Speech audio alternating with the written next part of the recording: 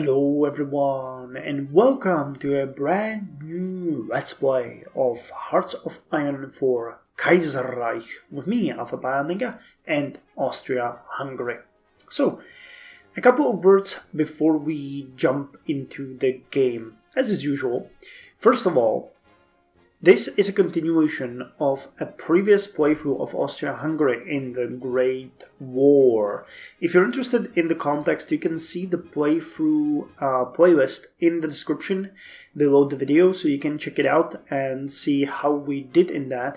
We achieved a sort of a victory against the Entente, which is why we are today starting this alternate history as a continuation of the previous playthrough. Second thing, I wanted to mention that I have never, ever played Kaiserreich before.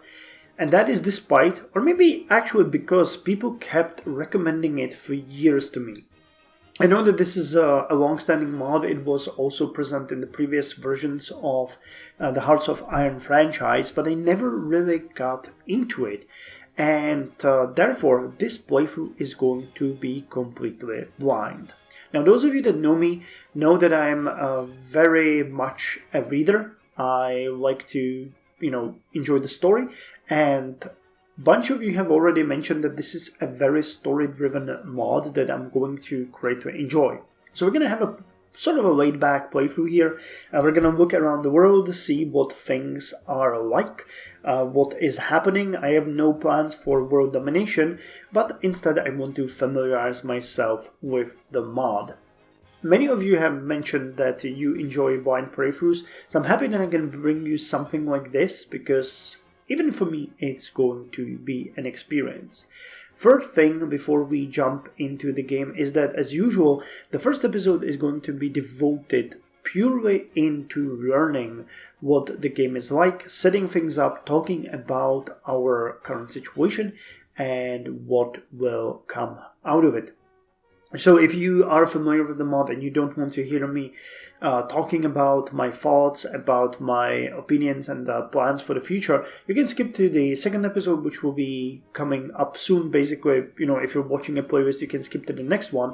But I still recommend that you stick around and hear me speak and laugh at what I'm saying, because as usual, this gives a context for the entirety of the playthrough. And as you know, Hearts of Iron 4 The Hearts of Iron 4 franchise is not a simple game, so it is good to know that I'm, having in my mind plan A, then plan B, then plan C, so you can actually follow my steps. Okay, that's all I wanted to mention at the beginning. Now we can jump into the game. So, Austrian Empire. Brief history. Kaiser Karl's reign continues in Vienna, and since its victory in the Weltkrieg, the Austro-Hungarian Empire remains united under his rule. However, his diverse realms are racked with division between the left and the right, between those who wish to modernize the empire and those that wish to keep what they hold just the way it is. The renegotiation of the Ausgleich, the agreement which brought together the Austrian and Hungarian House of the Empire, is soon approaching. Balancing reform with tradition and state with nationhood will be no easy task for the Kaiser, and will be yet another challenge for the peoples of the Danube. So, we have Karl I as a leader here. After the son of Franz Ferdinand was assassinated in 1914, Karl von Habsburg-Lothringen became the designated successor of Kaiser Franz Joseph, upon whose death Karl inherited the many thrones of the Habsburg Empire in late 1916. In spite of victory in the Weltkrieg, Austria remained burdened by an archaic political system and unrest. Emperor Karl now has the arduous task of reforming the ailing empire despite numerous internal and external threats. Well, good luck with that, Karl. You are not going to have an easy task ahead of you. Ideology is social conservative. We are part of the conservative ideological group. Elections, 1946. Okay, so there is still the Parliament of the Nations, and ruling party is conservative. We have the following traits. Okay, let's look at the trades first, and then we're gonna look at the ruling party. Austro-Hungarian ties broken, lowers our daily political power gain by 0.15 and increases consumer goods factories by 5%. Great, that's an awesome way to start. The Crown of Hungary refuses to pay their taxes in the common coffers for the common ministries. They are still discontent with the formation of the Kingdom of Illyria as a resolution of the South Slavic revolts of 1926. And see themselves as betrayed by the Viennese government.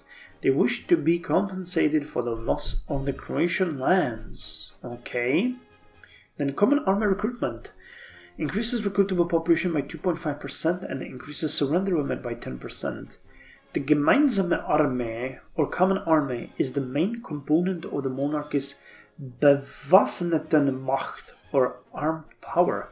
It is the largest and best equipped part of the army, with its recruits coming from all corners of Austria-Hungary. Okay, that's a positive one. In the Vienna Circle, research speed plus 3%.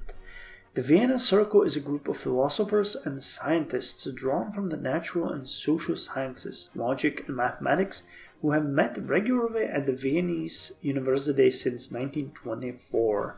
The central thought behind their activities was exact thinking on the edge of doom. Okay, and what are these? Status quo, embrace pluralism, and the dual rule. Okay, so these are the paths that we can take.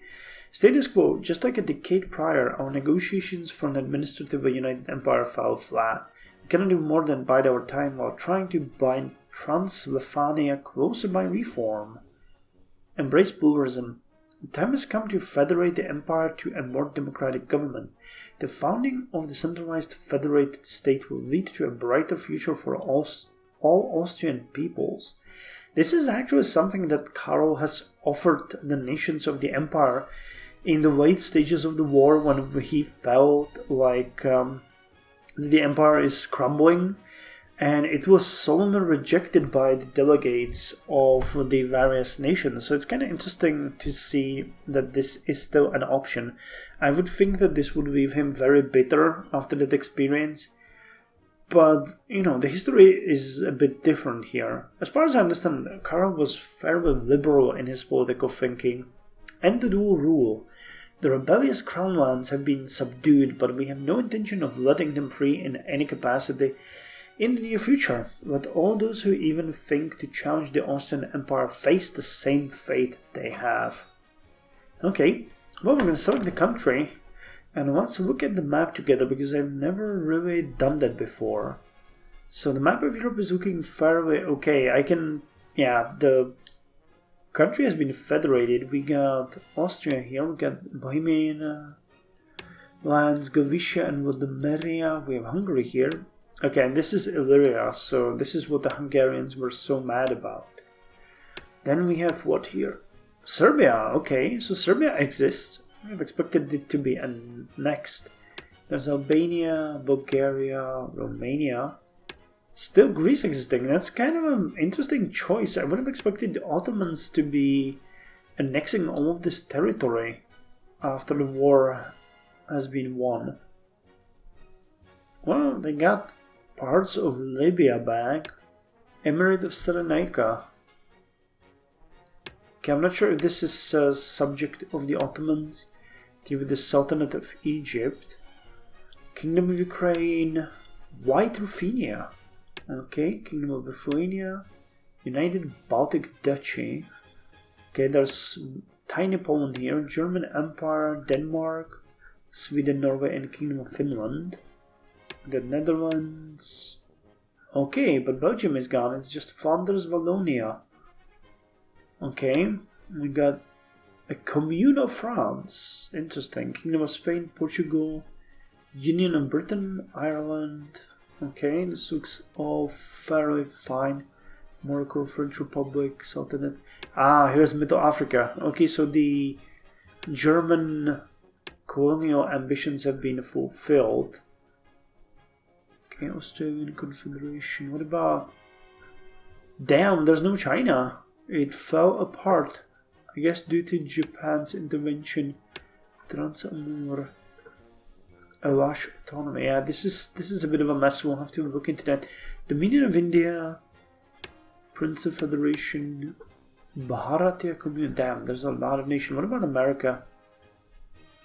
Okay, United States of America, Mexico. There's a lot of things here, but this area should be far away. Intact though. Patagonian Workers' Front. Okay, why not? Why not? And the fractured Italy. This is the Social Republic of Italy, Italian Republic, Papal States, French Republic, and Sardinia. Well, we'll have our own territory to deal with. Anyway, what I'm going to do here next is I'm going to jump into the game and I'm going to spend, say, an hour researching our options. And then I'm going to come back with my thoughts on what I can see because, even though this is blind, I just don't want you to watch me ponder about all of the interesting choices that we can take. We're going to go through all of it, but I'd still like to read it first to have kind of a strategy in mind instead of just, showing you all as I learn because that could take quite some time. So if that is okay, fine. If that is okay with you, then I'm glad. If it's not, well, then there's nothing that you can do with it anyway. So let me just get on with it, and I'll see you in the game. Well, I'm back. I spent about an hour going through the game, learning the ropes, as they say, and boy is there a lot to get used to. I get a distinct feeling that whatever plans we are going to make for ourselves are not gonna hold up, in just a couple of months, due to the fact that this really seems to be very story-driven. I'm gonna get into that in just a second when we look at the national focuses. But truth be told, I think that the best way we can go forward now is go through each of the panels, and I'm gonna speak a bit about my thoughts, and we'll see what we can do. As you can see, I already organized the Army and Navy, so we'll touch on that a little as well. So let's get on with it. As far as national focuses go, there really isn't anything that we can do here, and I mean literally, there's really nothing that we can do here. The note that I made a couple of seconds about the story-driven nature of the game is based on the fact that I checked that these general elections of 1936 is a national focus, but it will be automatically bypassed via an event. We're going to have them in a couple of months. So that one is going to be bypassed. And based on what comes out of those elections, we go either through National Austerity Council or Public Welfare Reform. This is kind of great for me because you guys know that I'm a bit of a role player, and seems like we will just have to decide based on the logic of the game which way we want to go. Same with the Ausgleich, because the status quo, embrace pluralism, and end the dual rule each have a set of requirements that you either fail or you don't. And I have a distinct feeling that there's going to be a whole chain of events that we're going to go through before we get access to any of these. We can really reform or expand the Austrian militia, or military, sorry. I was wondering why that sounded weird. Expand the Austrian military either because we need 10% world tension, no idea how long that's gonna take to happen, and we cannot do the economic rehabilitation plan because we are not after 1st of March 1936. I have a feeling that something bad is gonna happen on that date, but we're gonna see. One thing that is of the note, there is a way how to get an extra research slot here via the Vienna Circle. So I want to get that. And the same thing with the follow-up, which gives additional 5% boost to research speed. So you can get extra research slot and extra 5%, putting us to 8% research, which is great. The rest of this is good. There are some civilian factories here, some military factories here, but nothing really that great. I'd probably like the infrastructure, being built first, but we'll see. There are some Balkans here again. You need extra world tension, so yeah, we really can't do anything here. That's the thing. But this reading through all of these gave me quite a bit of an idea that there's gonna be a whole bunch of events ready for us very soon. As far as the laws go, there's really not much to say there. It seems pretty standard. There's export focus, there's civilian economy, which we cannot change because we don't have any war support to speak of. We have 10%. Even for the urban mobilization, we would need 15%, so that's not going to happen. Conscription, the same thing. I will be honest, I'm a bit underwhelmed by the fact that this does not seem to present many new options. So I'm really seeing or hoping that the core of the game is going to be in the events rather than in the sliders. You know, these are not sliders, but you guys know what I mean. There's a bunch of political people here that are pretty good. I really like Emil von Škoda, who is a Czech person who actually founded the Škoda company. He would give us a big boost to dockyard construction and military factory construction speed. US minor would give us bonus to infrastructure and civilian factories. So these two guys will be appointed very soon. And then there's this guy. No, wait, not this guy. This guy, Maximilian Ronge, who actually gives us 2 extra operative slots, which is not bad. Usually I would go probably rather with Ludwig von Mises, who gives us extra resource gain efficiency, construction speed, and production efficiency cap. But I'm kind of intrigued in the fact that this guy gives extra 2 operative slots. Usually it's 1. So I wonder if intelligence agencies play a bit bigger role in this game than they usually do. As far as subjects go, we have crown lands and an autonomous puppet of Italian Republic. None of these seems to be able to break away from us, and they give us quite a lot of resources. I'm going to get back into that soon, but we seem to be secure there. There is no big issue. Switching to decisions, there really isn't much that we can do here. Again, no decisions. Kind of weird. I would expect there to be a ton of them, but nobody is saying they won't start filling up later on. I actually put it on all news here, so we're gonna get as much information about the world as possible, because again, this is my first playthrough. A lot of reading, I know, but we'll see how that goes. Intelligence agency we do not have. I'm considering starting the game with one, but for now we are going to start without. I'm not gonna do it now. Maybe in the next episode we're gonna see. As far as research goes, I already set it up.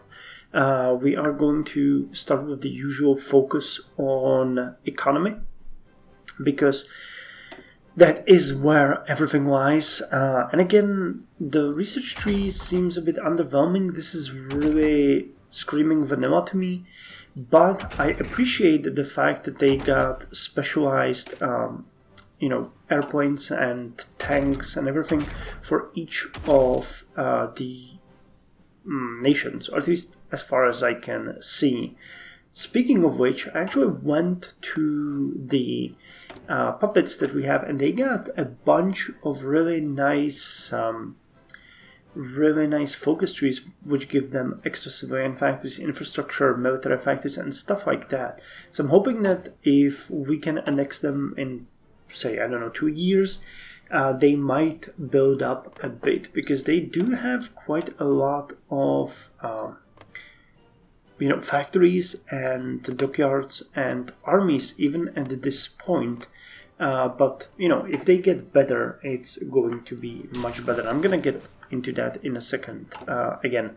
So anyway, the research tree a bit underwhelming, but again, it's not a big issue. Started with researching electronic mechanical engineering, which gives us research speed and all available production, synthetic and construction technologies. So we're going to get extra 10% efficiency cap, we're going to get 10% extra construction speed, and we are going to get the ability to get a fuel silo, which is not something that I'm interested in. What I'm really interested in is the ability to build synthetic refineries and just make them do stuff. Reason for that is in trade. We are horrifyingly poor as far as resources go. We get a bunch of extracted steel, but is nowhere near what we need. And of course, we do not have any rubber, which is awful. So building the synthetic refineries once we get access to them is going to be one of our priorities. On the other hand, well, I mean, you guys saw the World War I playthrough. This was something that was just horrifying for us. I'm kind of surprised about the oil, though there's only one oil in Lower Austria. There is one in Transdanubia, and that's... No, okay, there is some in Illyria as well. Is it Illyria? Krakow? Galicia and Vodomeria. No, Illyria is this one, right? Yeah, Illyria is down. This is Galicia and Vodomeria. So let's go with this one, Galicia. This is going to be Illyria. For some reason, I'm having a hard time remembering that. So you got oil. If we can get that soon, that would be pretty good. So I actually haven't really worked on that much. We need to start having some trade deals with our puppets, especially for the steel. Yeah, Bohemia has 73, Italian Republic has 35. So let's start a deal with Bohemia. It's very cheap to get stuff from them. None of our subjects actually provide us with rubber. Chromium, no one has, and aluminum. Hungary has a lot of aluminum. I'm a bit wary of importing too much. Let's get the rubber though. Actually, you know what? Not now. I'm gonna get back to this one soon. As far as diplomacy go, I actually went through this one in great detail and looked a bit around the world to see what is happening. Things that actually caught my eye immediately is that Commune of France and Union of Britain are syndicalist states. They have very close to each other. And French Republic, led by Philippe Pétain, is actually in Africa with a capital in Algiers. So that is reminiscent of World War II, but I kind of like it. I don't know if they will get involved in some kind of war down the line, but they do not have really good relations, I can tell you that. Nor do we have with any of these anyway. Second, I wanted to correct myself on the assumption that there is no China. There actually is China. There is a Qing government here, or Qing government, which has alliances, not puppets, with the other states. So they are actually a close-knit allied state. Would be the best thing to go about. They don't have any puppets, which is interesting, which leads me to believe that they might just fracture very soon, because why else would you make it this way and not as puppets? Interestingly, our relations, where are they? Diplomacy. Oh, come on, game. Okay. Our best relations are with, apart from our, regular puppets, with German Empire, which was to be expected, but Alasha Autonomy actually really likes us, which is kind of interesting. I don't know anything about them. They don't have any specialized focus tree, so I'm thinking that we might eventually get involved with them somehow, which is interesting to say. Then we get a bunch of good relations with the states in South America, and then it's neutral, and some of the states like Romania and Union of Britain and Socialist Republic of Italy, they really hate us. So the people that we defeated in World War I hate us. What a surprise. Now, construction and production. This is something that I haven't really touched before because I found that it would be best to discuss this and while I'm speaking actually make some decisions. I'm going to start with production. We are kind of good on we're kind of good on equipment. Not great, not bad, but all of our units seems to have full equipment available to them. So whatever we produce here is just going to be a surplus. Now, I mentioned before that there isn't that much in the ways of the research tree, but that might just be me speaking of, the experience with mods like, Black Ice. Let's not go into some lengths to say Black Ice. But they get some really interesting ideas. What I like here is the fact that they actually made an anti-tank light armored car, which is pretty interesting. It has a decent piercing of 62, decent armor.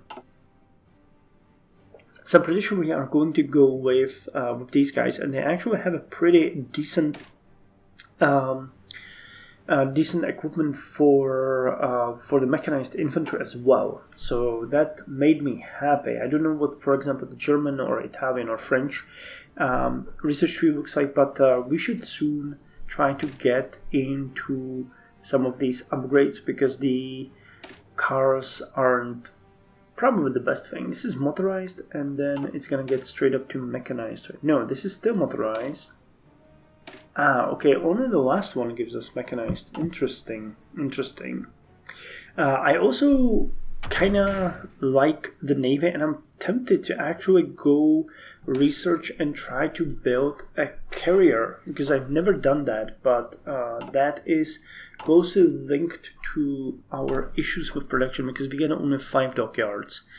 Unfortunately, we get only 5 dockyards, and I think I checked that Illyria does not have... and they get 1.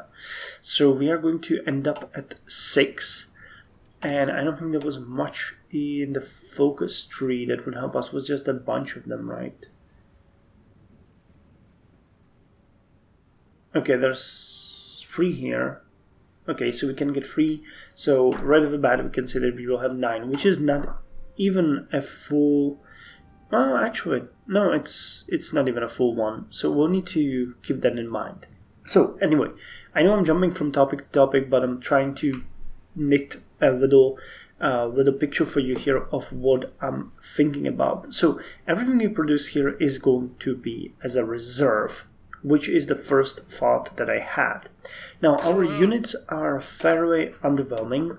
We got a bunch of different templates here. We got infantry division, which I kind of like. It is a decent template to start with. They don't have a recon. We have a couple of options of adding a recon. The armored recon would help them a lot, and from what I could see, with the exception of bonus reconnaissance, this one is better in pretty much, no, actual defense. Okay, so motorized recon actually has a higher defense. They got defense 20, you get defense 1. Okay, but that's based on the tank. So if we changed the recon company, yeah, but okay. So let's say that these guys will eventually get a recon company here, motorized 1, and we might add an artillery piece. No, actually we can't, because that would make it too big. Okay, so they might be just like this, a regular infantry division. Unfortunately, most of our units aren't infantry division. We get just 1, 2, 3, if I calculate correctly, and the rest is these Schützen divisions, which is like a castrated version of the infantry division. They don't have anything, they don't have any attachments, and they have 3 less battalions. So the first task that we will have here as far as production go is going to be produce a ton of artillery and infantry equipment, so that the first Kaiserreich and König army can be comprised of 12 divisions. That would be what I would go for in the beginning. Now we also have a couple of divisions which are distributed along the territory of our subjects. I put them into the second army. These are all divisions, which is good, so we can keep them there, but this one would be best to be strengthened eventually. So I envision the first military phase ending when we have 2 Kaiserreich and König armies, each with 12 fully manned and equipped infantry divisions with motorized recon and artillery support. So that tells you immediately that we need to boost production of artillery and motorized, and we don't actually have the motorized here at all. So let's put the trucks in there. We have, yeah, okay, so you would produce 1 per week, which is really weak. So at max you would produce triple, so that would be 4.5. Okay, so let's go with 2 factories. That's gonna mean you're gonna be producing at least 1 per day. Okay, and how many artillery do we need for you? 12 pieces. Okay, that's not exactly too high. And we're producing already 1 per week. So I say let's put all of you on the truck. Actually makes sense. Okay, that means that we are now in dire need of rubber. So let's start importing rubber from German East Asia. That is, again, a pretty big colony that I missed.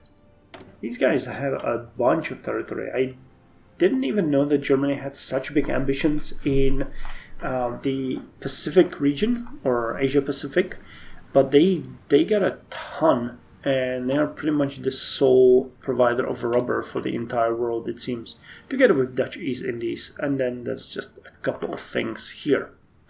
It also means that we need way more steel now, so let's import more from Bohemia. And I think we don't have anything. Yep. Okay. As far as navy, we are producing 2. These, I believe, are heavy cruisers and 2 destroyers. Right? Ersatzmeteor should be a destroyer. Let's check that. I think I. Wait. Here's destroyer. Yep, okay. Ersatzmeteor is a destroyer which is focused on anti-submarine warfare. There's a second one, Ersatz Hussar, which has torpedoes. So we're gonna finish these meteors, and I'm gonna see later on what we can do with them. But for now, it's basically we need to first finish the 2 ships of the Schwarzenberg class, which should be. Oh, actually, they're battle cruisers, not heavy cruisers. Okay, so they're battle cruisers. And they're looking pretty decent, to be quite honest. Though I think that I checked, yeah, they already have outdated heavy batteries. What can you do? What can you do? They'll be finished somewhere around 1937, I would say. End of 1937, once we have everything for them. Which means that we need that chromium. German East Asia. I'm happy to import from you as well. Navy. Oh, actually, no. One more thing about the military. Checking my notes here. We can get a bunch of extra Alpenjäger divisions, which I really, really like. So I think I checked that we can get 3. Yeah, we can get 3 more. So once we have the available equipment, they don't need much, they need just infantry equipment and artillery. We are going to train those as the first addition. Now we also have one of the cavalry divisions, which I actually adore, because what they did here with the cavalry divisions is that they made them cavalry combined with light tanks, and the cavalry does not have any penalty to anything. They just get a boost to speed, which is amazing. So if you check that we switch this to infantry battalions, you will see there's no difference. They actually have lowered organization and lowered suppression. So somebody gave the cavalry a bit of love, which I'm happy about. Yeah, if we switch it to the infantry, it does not change anything. Instead, what I thought is that we will eventually fully motorize these. Well, we can partially motorize them and later fully motorize them, because that just gives them a bonus to breakthrough, and add more tanks if we can down the line. So I would envision the eventual divisions to look like this. We would have a bunch of light tanks and a battalion of medium tanks combined with motorized infantry. Pretty decent stats. Breakthrough is amazing. So yeah, but first we'll keep them as they are. I think I will train one more division as well, because this Schützen army is going to be working as a specialized one. I'm probably going to split it into the cavalry / motorized divisions and the alpine divisions later on. Damn, jumping from one topic to another topic. I know, I apologize, guys, but there's so much to cover. Now, the Navy. We actually got a really decent Navy here. We got quite a lot of these outdated submarines. They're fairly old. Their sub-visibility is fairly high, but they are not terribly bad. And we could even modernize them. So if you modernize them, their torpedo attack would increase significantly with fairly low refit cost, and they could even get an extra submarine engine. So, actually, that might be a pretty good way to go. Okay, well, the production cost would be 540 and the refit 394, but their sub-visibility would drop significantly. I'll think about it, and this is actually kind of expensive. We'll see how that's gonna go. The newer subs that we get in the next fleet are much better. The sub-visibility is much lower. That is due to the combination of the fact that they got a better engine, and they are also better themselves. That they have mine-laying equipment. I'm really not thrilled about that. I'd rather refit them to full torpedo attack because, I'm not much for mine laying. Well, we'll see. Then we got a couple of these. We got the Reservegeschwader, which I believe are the older ships that are pretty much ready to be scrapped. These are all Weltkrieg heavy hull, which means that they are from the World War I. They still can be pretty good, but yeah, they're not great. They're especially very slow. And we get these Schlachtschwadrons, which are much better. They have the improved heavy hulls. They are faster, harder hitters. Though immediately you can see that there would be things to improve here. So yeah, we'll have some work to do with the Navy. I'm happy though to say that they wouldn't require all that much to get up to speed, and they are fairly decent. Yeah, we get some of the Schwarzenberg classes here already, so once the new ones are finished, we'll probably upgrade them. I'll have to reorganize it, but I kind of like the way it's set up now, having like a heavy hitter fleet that can sail around, than having a reserve fleet which would be in the back, and having two sets of submarines, older ones which can stay closer to home and newer ones that can patrol the Mediterranean. Works pretty fine. I already added respective admirals. We got only 4, which corresponds with the fleets that we have, so each one was assigned to the correct fleet based on his traits. Though as we have no command power, I cannot really boost their traits right now. As far as Air Force go, that one is really pitiful. We got only 100 aircraft. 50 of those are naval bombers and 50 are fighters. I actually like the fact that we get the naval bombers, because that tells you that we can dominate the Adriatic Sea and maybe even the Tyrrhenian Sea, but no Coast Guard support, nothing. That is really bad. At least we're gonna be producing them eventually, and boosting them. I don't know, actually I didn't check what our subjects have. If they have any Air Force at all. Okay, Bohemia has nothing. Nor does Galicia, nor does Hungary, nor does Illyria. Great, so they have no fleet at all. Interesting. Sorry, not fleet, no Air Force at all. Well, great. And that puts us to the last touches. So I wanted to show you that, we probably noticed that we have tanks. We have them in the cavalry division and the KPZ M35, which I think could be, Kriegpanzer or something like that is not bad at all. It is a decent little tank which is very cheap to produce, and I mean very cheap, with some decent stats. It could be immediately upgraded to provide way more. Okay, you get the radio, way more punch. Secondary turret was the one, right? Yeah, this one. But you can see that the cost would immediately increase greatly. I could also put the cast armor there. We would nearly triple the production cost. But you can see that the soft attack would get 50% extra, hard attack would get 33% extra, armor would get extra boost. Breakthrough would nearly double, and defense would triple.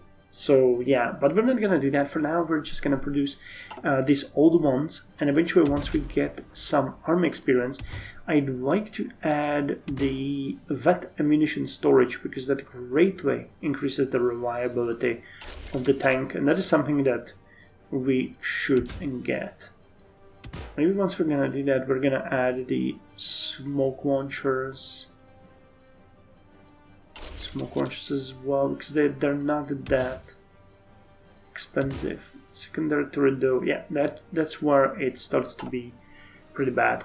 So I think that the vet armor storage and the extra smoke launchers would make it much better for a reasonable upgrade in cost, like 25% to get extra 14% reliability. I think is pretty much worth it, no complaints there. Okay, and last but not least, the production or construction. Not production. Production is this one. Construction alpha. So you can see that I haven't really assigned anything. The reason for that is that I actually don't know what. It's kind of ironic that the most developed, as far as infrastructure go, area in the empire is Prague, which is quite historical, because Prague was the biggest, not infrastructure-wise, but the biggest factory producing. There were some heavy industrial complexes in Prague, even during World War One. So I understand that. But as far as we are concerned, there really isn't all that much to talk about. I mean, Lower Austria is good, Styria is good, but the rest has fairly poor infrastructure.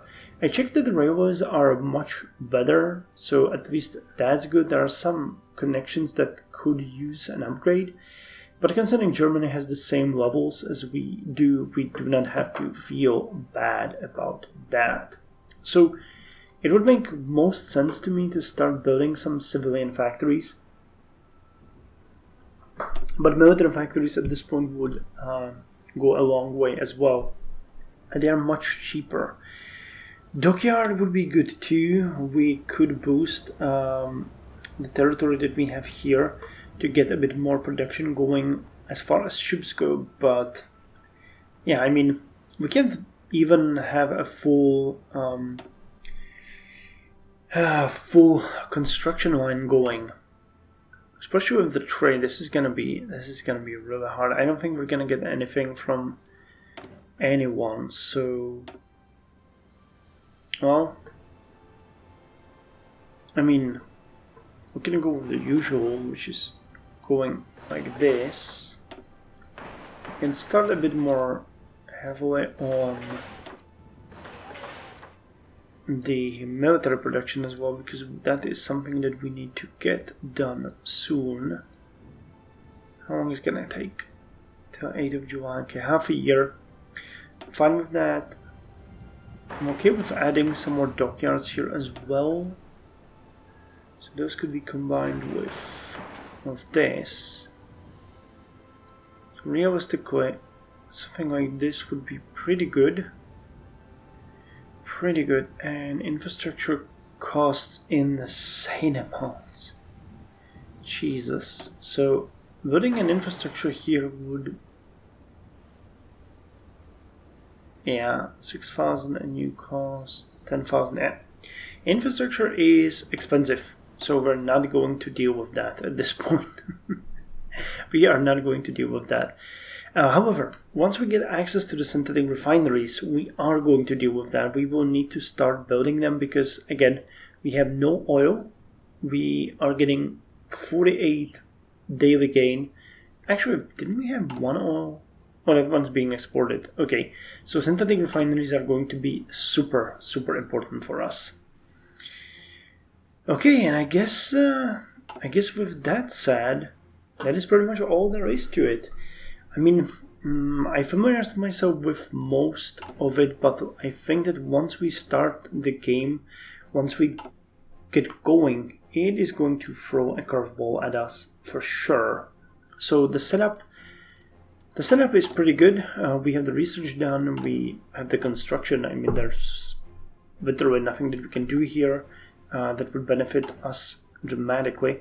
We've put the extra production on the trucks, which will be needed for the recons, for the infantry, and for the motorization of the cavalry units. We are producing the ships. We have started some trades and imports, so that's gonna kick in once we unpause the game. And yeah, I guess that's pretty much it. Not much else to say. So anyway, this has been the setup. I'm looking forward to episode number 2, where we are going to actually play. And I hope that you enjoyed this little introduction to the game. It was an eye-opener for me. We are in a much worse position than I would have expected us to be. But on the other hand, if we eventually gain... I mean, that's one thing that I wanted to show you and then I forgot about. Comparison with Germany. Germany has roughly 70 civilian factories and 28 military factories, while we have 23 and 13. But if you combine us with all of the other areas that we can get, we get somewhere closer to Germany, which is good. As far as army goes, they got roughly, let's call this 75 divisions. We got 19. Amazing. And as far as Navy goes, they got roughly 330 ships, while we got 79. So Germany is, doing much better. 33,000 people working in their air force. We got 2,000. We are the sick man of Europe. So I should probably compare us more to the Ottomans. Okay, well, they are weaker. At least that can make us happy, but yeah. Well, we'll have to centralize, we'll have to annex, we'll have to invest and see how things are going to go. Because, at this point we've done all that we can. And in the next episode, we are going to start it. So, till then, you guys, take care.